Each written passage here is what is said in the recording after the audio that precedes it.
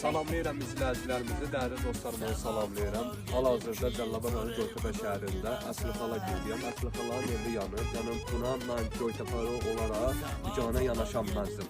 Hər şeydə dövlətin üstünə atmaq lazımdır. Sağ olsun bizim gözəl dövlətimiz. Dövlətimizdə köməkli eləyəcək. Əsli xala, bana sən yer betonundur, sonra karkazdır, sonra qumundur, sonra daşındır, blokundur. Yekunlaşdırırıq inşallah, salamasın olsun. Bir dənə yağış, bir dənə imkan versin Allah taala. Allah canınızı salamat eləsin. Kömək olsun ki, siz mənə dəstək göstərdiniz.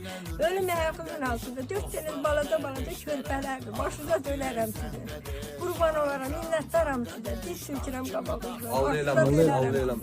Mən Göytəpəli olaraq Əsli xalam mənə dedi, mən binana yanaşanmadım. Mən köməkliyimi göstərəcəm. Hara qədər Allah taala bizə ömür verir, ora qədər də elə Göytəpə, Azərbaycan millətimizin yanında olacaq. Allah dövlətimizi qorusun, Allah millətimizi qorusun. Canların salamat eləsin ki, mənə bu cürə kömək elədilər mənə.